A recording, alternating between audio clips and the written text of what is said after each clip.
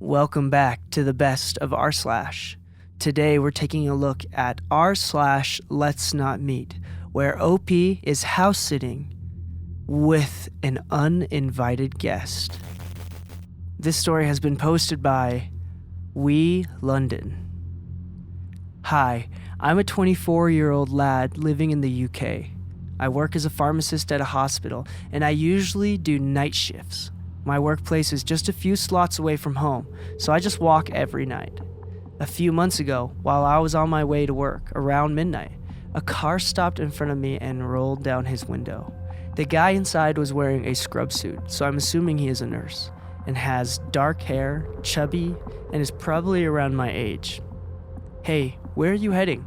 Let me drive you to work." I politely declined. The guy looked harmless, and I guess being polite wouldn't hurt.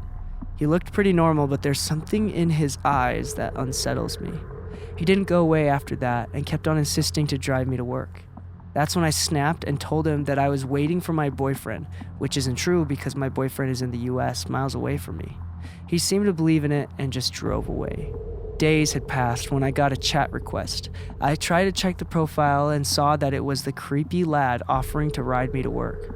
How he got my name? I have no idea. I didn't pay his chat any attention and just went on with my pretty busy life. 2 days after that, I got another message from him saying, "You were smiling earlier. You look cute." After reading that message, it felt like I'd been splashed with an ice-cold bucket of water. Was he at the hospital? I didn't want to know. I told him to stay away from me and F off.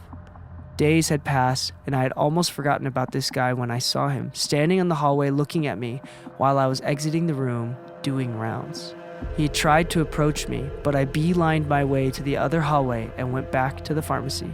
That's when I started freaking out and told my boyfriend. He advised me to just drive to work instead of walking, and I did right after that night. I also blocked him to avoid any unwanted future creepy messages. So far, I haven't seen him in months, and I want to keep it that way. So to the creepy lad who kept on insisting in driving me to work and stalked me at work, let's not meet again. This next story has been posted by Blading Beastie. This happened about 2 summers ago, while I was house sitting out in California for an older couple I had met at a conference for work.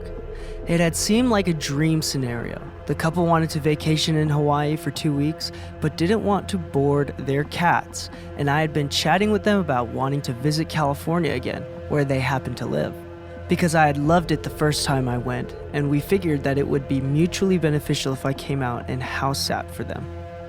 So I flew out there, and they showed me around for a few days, taught me how to care for the cats, 2 of them. One was extremely shy and I barely saw, which is important later, and their plants. Gave me access to their house and cars. These people were so generous, and before I knew it, I had dropped them off at the airport and I was on my own. At first, it really was a dream vacation. I was staying in Oakland and making forays into San Fran, Sonoma, Monterey. In the mornings, I could walk out the front door and shortly be hiking the paths surrounding nearby Mount Diablo, and I was ultra content with the world. I was so enamored by the area that I had actually started looking into taking some steps to relocate out there even. But then, one day, about halfway through my final week there, when I got back to the house, I felt really odd. Almost like I shouldn't go inside.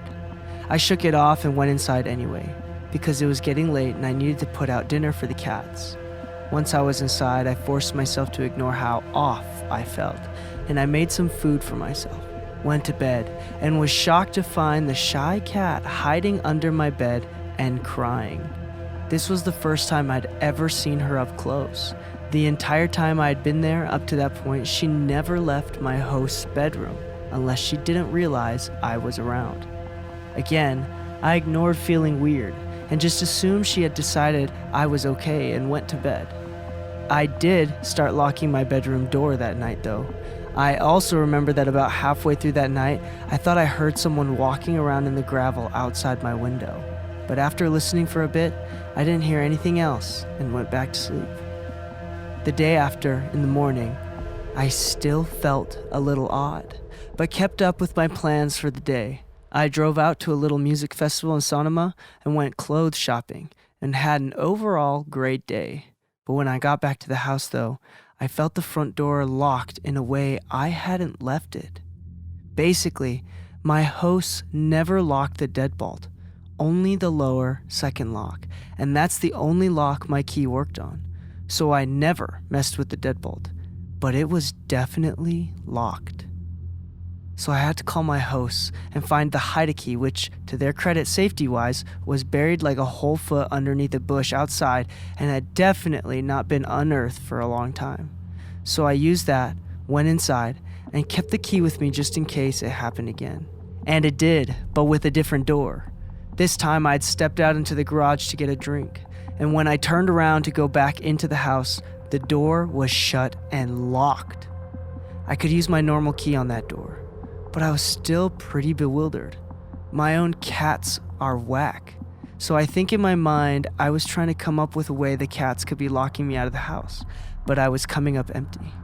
I decided I must have been misunderstanding how the locks worked, and just wrote it off and started checking and triple checking locks when I went out of the house or into the garage. That night, when I went to bed, the really awful feeling of unease was still there, and so was the shy cat, who was clearly unhappy to see me, but also wouldn't leave my room. But again, I just locked my bedroom door and went to sleep.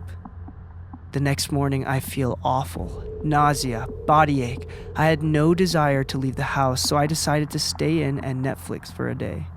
This vacation stay was like a full 2 weeks, so I didn't feel like I was in any hurry to get all my touristy things in anyways.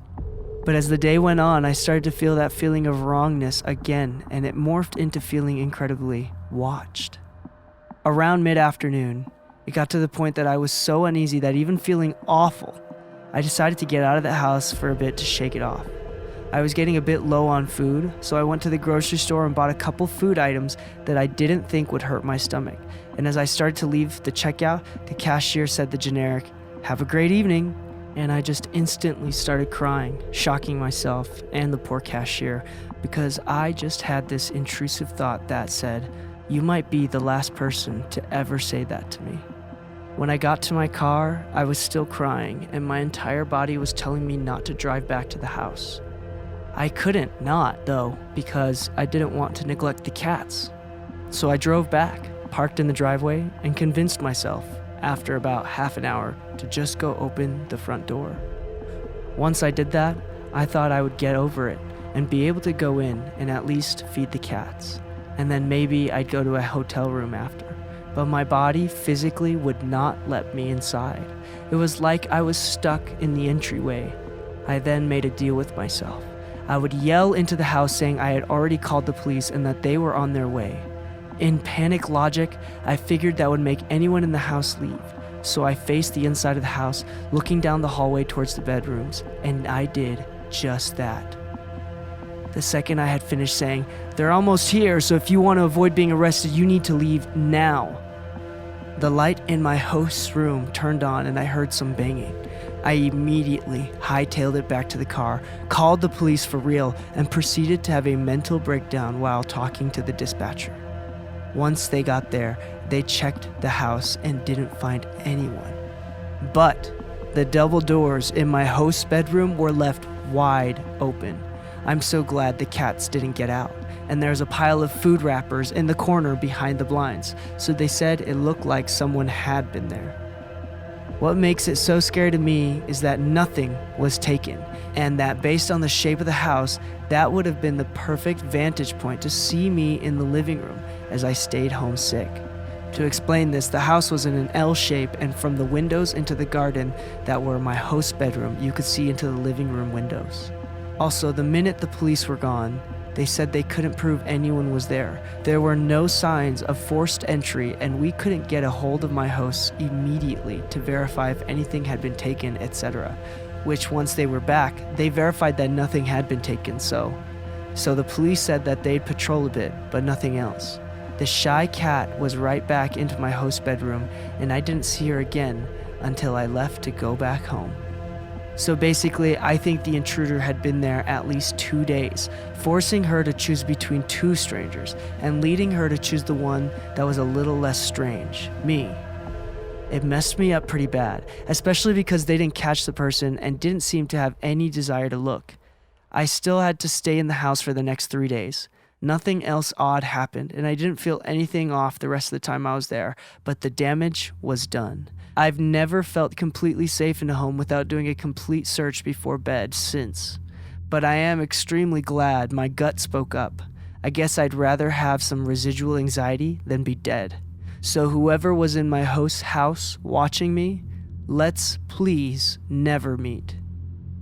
Thank you for listening to the best of Rslash. If you like this kind of content, let us know by leaving a thumbs up. Also, please consider subscribing because we release content every single day, 7 days a week on both YouTube and podcast.